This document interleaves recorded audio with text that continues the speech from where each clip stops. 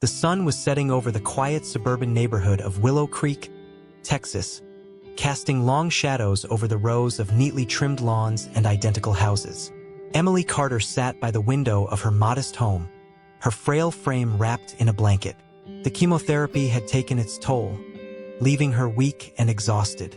She had spent the last 6 months in and out of hospitals, fighting a battle she knew she might not win. Her home, a small but cozy house she had inherited from her parents, was her only sanctuary. Emily's younger brother, Jake, had flown in from California to visit her. A former lawyer turned freelance consultant, Jake had always been the problem solver in the family. He had taken a week off work to help Emily sort through her affairs, knowing her time was limited. "You should eat something," Jake said, placing a bowl of soup on the table next to her. Emily shook her head weakly. "I'm not hungry, but thank you." Jake sighed, sitting down across from her. "You need to keep your strength up, Em. You've been through so much already." Emily managed a faint smile. "I'm just glad you're here. I don't know what I'd do without you." As they talked, Jake noticed a pile of unopened mail on the kitchen counter. He frowned. "Have you been keeping up with your bills? You don't want to fall behind on anything." Emily's expression darkened. "I've been trying, but it's hard to keep track of everything. The HOA has been sending me letters, but I haven't had the energy to deal with them." Jake's eyebrows shot up. "The HOA? What do they want?" "They've been harassing me about the yard," Emily explained. "I haven't been able to keep up with the maintenance because of the treatments. They've been sending fines and threatening letters. I tried to explain my situation, but they don't seem to care." Jake's jaw tightened. He had always hated homeowners associations. In his experience, they were either useless or downright tyrannical. He walked over to the counter and began sifting through the pile of mail. Most of it was junk, but one envelope caught his eye. It was from the Willow Creek Homeowners Association, stamped with the words "Final Notice" in bold red letters. He opened the envelope and scanned the letter inside. His heart sank as he read the words. "Dear Ms. Carter, this is to inform you that due to unpaid fines and failure to maintain your property in accordance with HOA regulations, your home has been sold at a public auction on October 15th. The new owner will take possession of the property within 30 days. Please make arrangements to vacate the premises by November 15th. Jake's hands trembled as he read the letter again, hoping he had misunderstood. But the words were clear. The HOA had sold Emily's house. "Emily," he said, his voice tight with anger, "did you know about this?" She looked at him, confused. "Know about what?" He handed her the letter. Her eyes widened as she read it, and her face turned pale. This can't be real. They can't just sell my house." Jake's mind raced. He knew HOAs had a lot of power, but this seemed extreme. "Did you get any other notices about this? Any warnings?" Emily shook her head. "Just the letters about the fines. I thought if I ignored them, they'd go away. I didn't think they'd do something like this." Jake clenched his fists. "This is illegal. They can't just sell your property without proper notice. There has to be a mistake." He grabbed his laptop and began researching Texas property laws. As he dug deeper, his anger grew. The HOA had clearly overstepped their bounds. They were required to provide multiple notices, including certified mail, before taking such drastic action.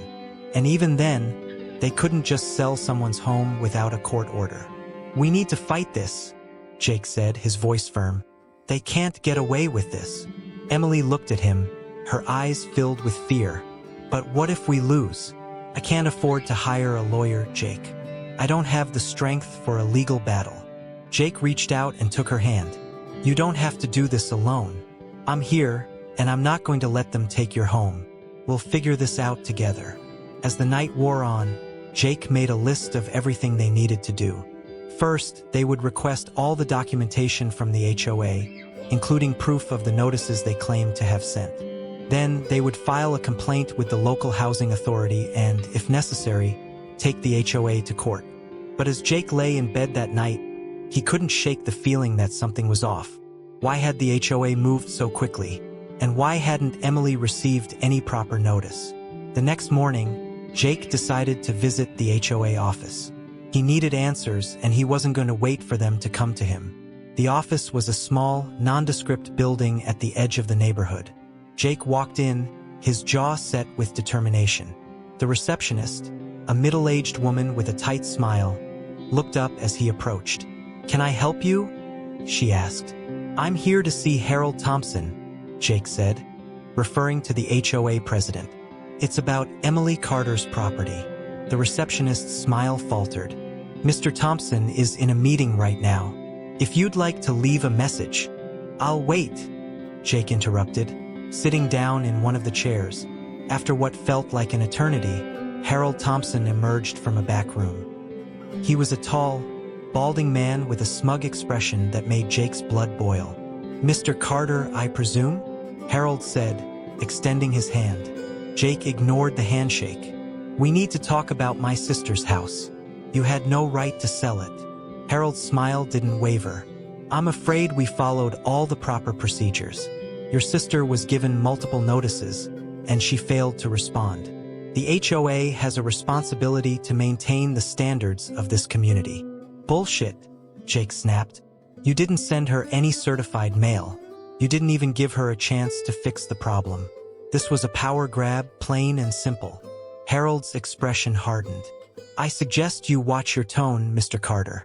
The sale is final. If you have a problem, take it up with the courts."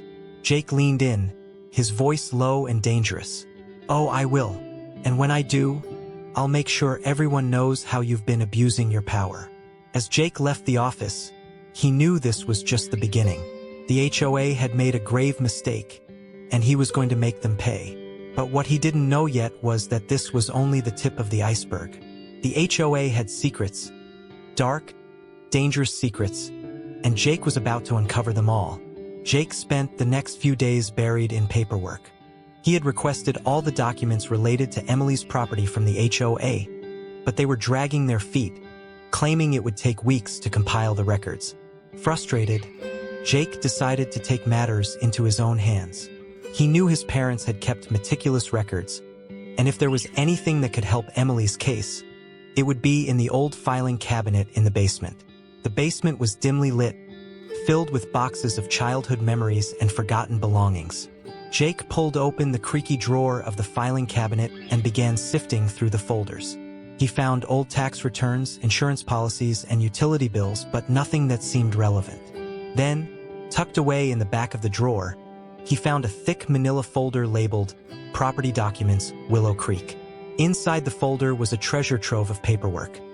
The original deed to the house, the purchase agreement, and a stack of documents related to the HOA. Jake's eyes widened as he flipped through the pages. There, buried in the fine print of the original HOA agreement from 1985, was a clause that made his heart race.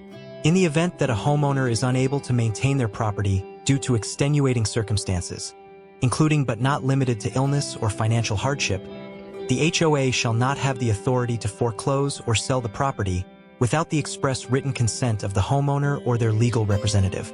Jake's hands trembled as he read the clause again. This changed everything.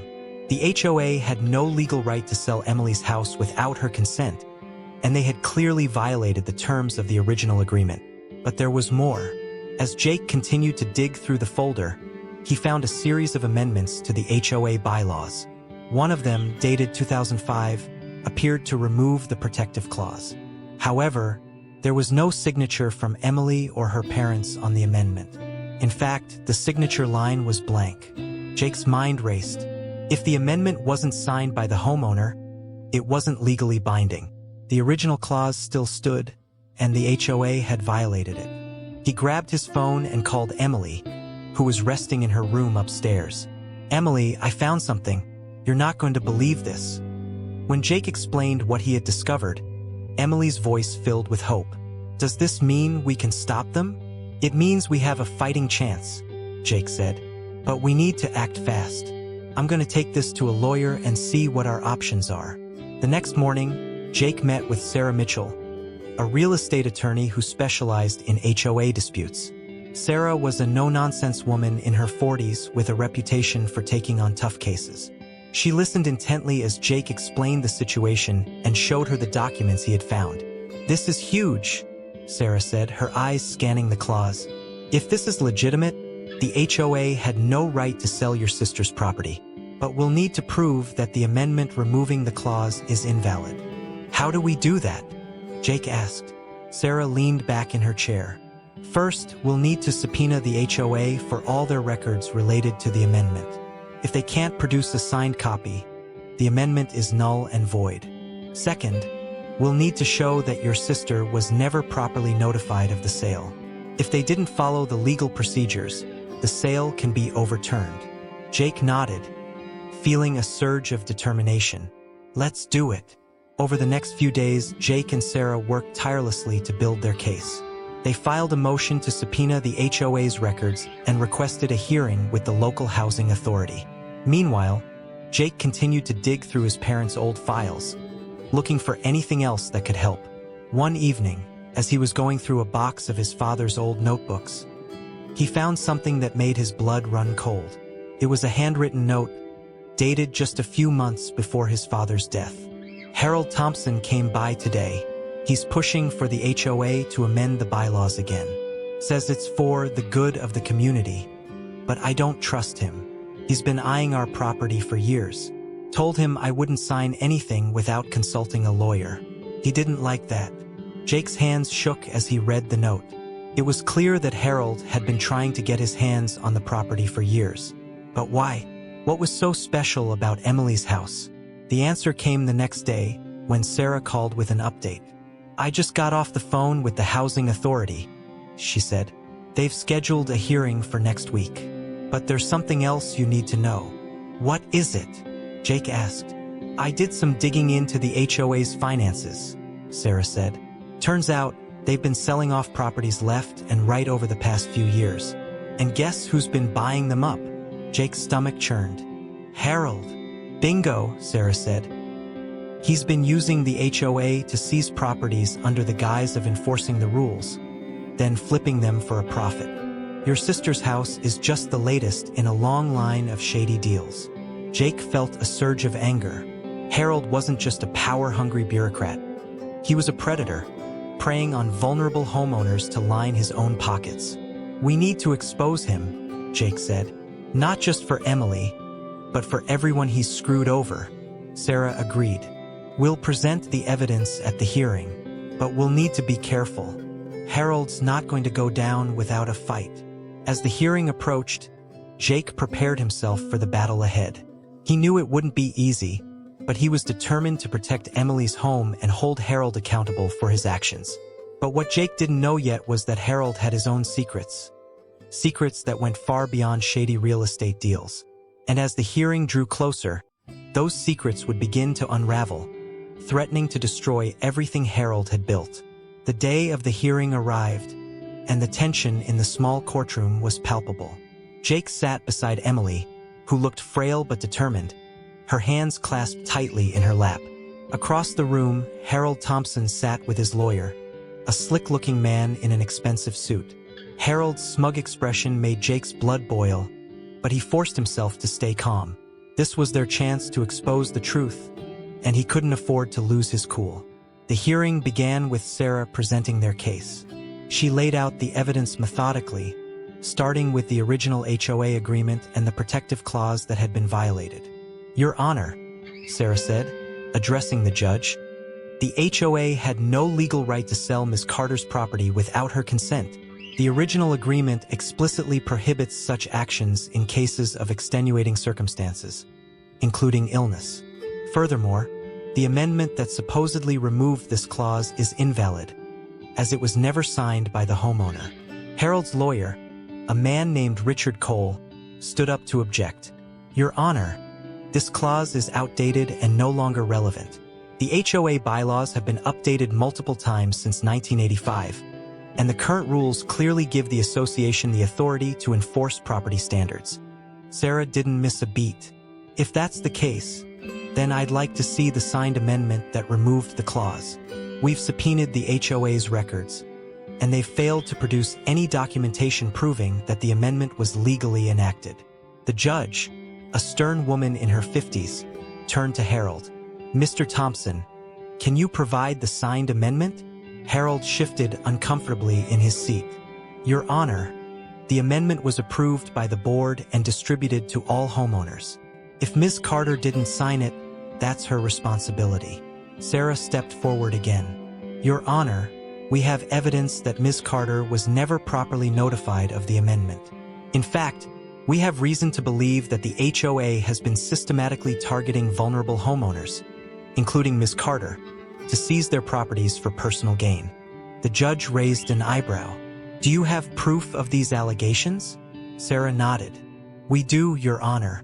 We've uncovered a pattern of behavior by the HOA, specifically by Mr. Thompson, that suggests a deliberate effort to exploit loopholes and intimidate homeowners into giving up their properties."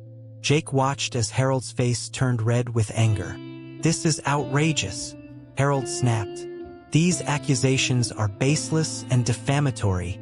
The judge banged her gavel. "Mr. Thompson, you will control yourself. Ms. Mitchell, please continue." Sarah handed the judge a stack of documents. "These are financial records showing that Mr. Thompson has personally purchased multiple properties seized by the HOA over the past 5 years. In each case, the homeowners were either elderly, ill, or facing financial hardship. Coincidence? I think not." The room erupted in murmurs, and even the judge looked taken aback. She flipped through the documents, her expression growing darker with each page. Harold's lawyer stood up again, trying to regain control. "Your Honor, these purchases were made through legitimate channels. Mr. Thompson has every right to invest in real estate, but not at the expense of vulnerable homeowners," Sarah shot back, "and not by abusing his position as HOA president to manipulate the rules in his favor." The judge held up a hand to silence them. "This is a serious matter, and I will not take it lightly. Mr. Thompson, do you have anything to say in your defense?" Harold stood up, his face flushed with anger. "Your Honor, this is nothing more than a smear campaign. I've dedicated my life to this community, and I won't stand by while my reputation is dragged through the mud." Before the judge could respond, Jake stood up. "Your Honor, may I say something?" The judge nodded. "Go ahead, Mr. Carter." Jake took a deep breath, his eyes locked on Harold. "My sister is dying. She's fought harder than anyone I know, and all she wants is to spend her final days in the home she loves. But instead of compassion, she's been met with greed and cruelty. Harold Thompson didn't just break the rules, he broke the trust of this community. And if we let him get away with it, he'll keep doing it to others." The room fell silent, the weight of Jake's words hanging in the air. Even Harold seemed momentarily speechless. The judge leaned forward, her expression grave. "Mr. Thompson, I'm ordering an immediate investigation into the HOA's actions. Until this matter is resolved, the sale of Ms. Carter's property is null and void. Furthermore, you are hereby suspended from your position as HOA president pending the outcome of the investigation." Harold's face turned pale. "Your Honor, you can't." "I can and I will," the judge interrupted. "This hearing is adjourned." As the judge left the bench, Jake felt a surge of relief. They had won for now. But as he looked at Harold's furious expression, he knew this wasn't over. Later that evening, Jake received a call from Sarah. "I just got off the phone with the housing authority," she said. "They've launched a full investigation into the HOA. But there's something else you need to know." "What is it?" Jake asked. "I did some more digging into Harold's finances," Sarah said. "Turns out he's been funneling money from the HOA into offshore accounts. This goes way beyond real estate deals, Jake. Harold's been embezzling funds for years." Jake's heart raced. "Can we prove it?" "We're working on it," Sarah said. "But if we can tie him to the embezzlement, he's looking at serious jail time." Jake hung up the phone, his mind racing. Harold wasn't just a bully, he was a criminal, and Jake was determined to bring him down. But as he sat in the quiet of his sister's living room, he couldn't shake the feeling that they were missing something. Harold's actions were too calculated, too deliberate. There had to be more to the story. And then it hit him. The HOA wasn't just a tool for Harold's greed. It was a cover for something much darker. The investigation into Harold Thompson and the Willow Creek HOA unfolded like a storm, revealing layers of corruption that shocked the entire community. As the housing authority dug deeper, they uncovered not only embezzlement but also a network of bribes, forged documents, and even ties to local officials who had turned a blind eye to Harold's schemes. Jake and Sarah worked tirelessly to ensure that every piece of evidence was brought to light. They interviewed former HOA members, subpoenaed bank records, and even tracked down homeowners who had been forced out of their properties under suspicious circumstances. Each revelation painted a clearer picture of Harold's greed and the lengths he had gone to protect his empire. But as the investigation progressed, Jake began to notice something strange. Harold's behavior had shifted. The once arrogant man now seemed nervous, almost desperate. He stopped showing up to public meetings and was rarely seen in the neighborhood. Rumors began to circulate that he was preparing to flee the country.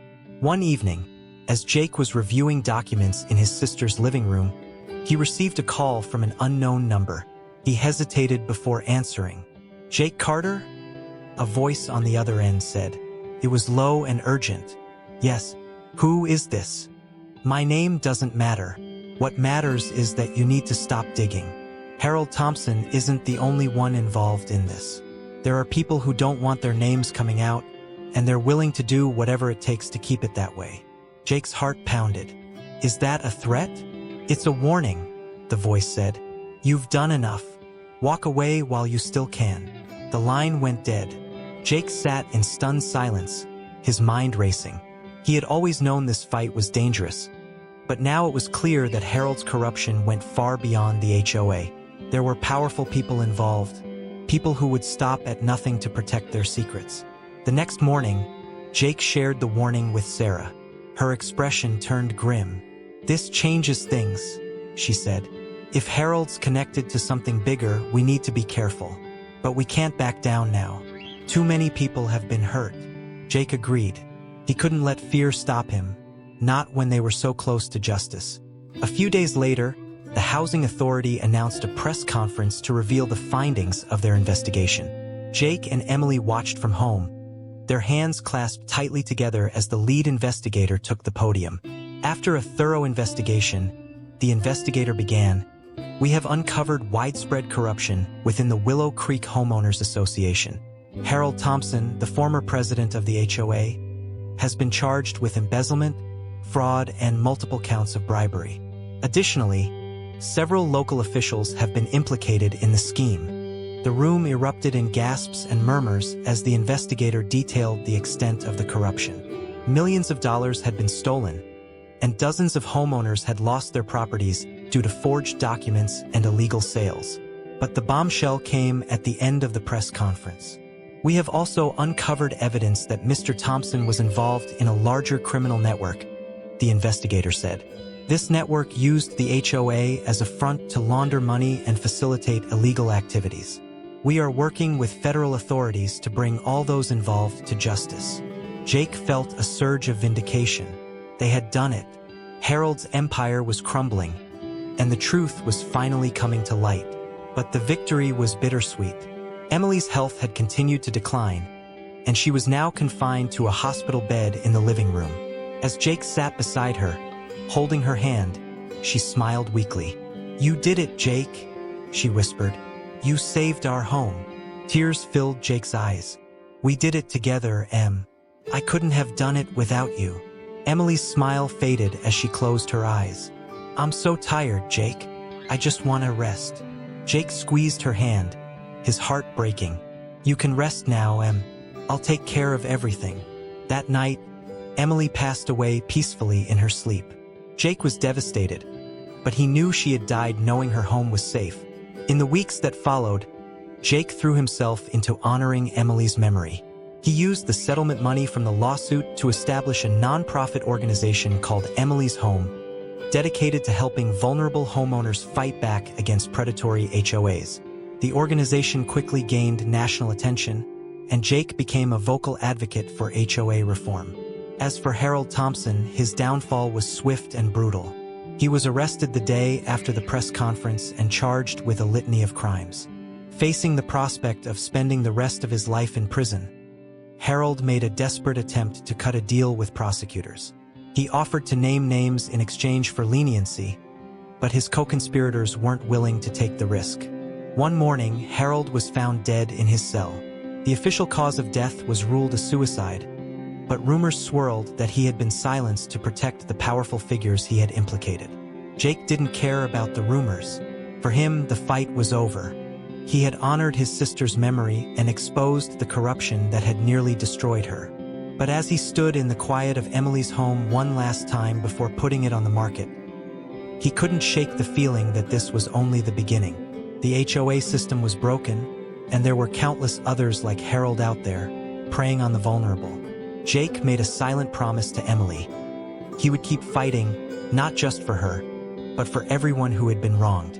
And as he walked out the door, he knew that Emily's legacy would live on, not just in the home she had loved, but in the lives he would continue to touch through Emily's home.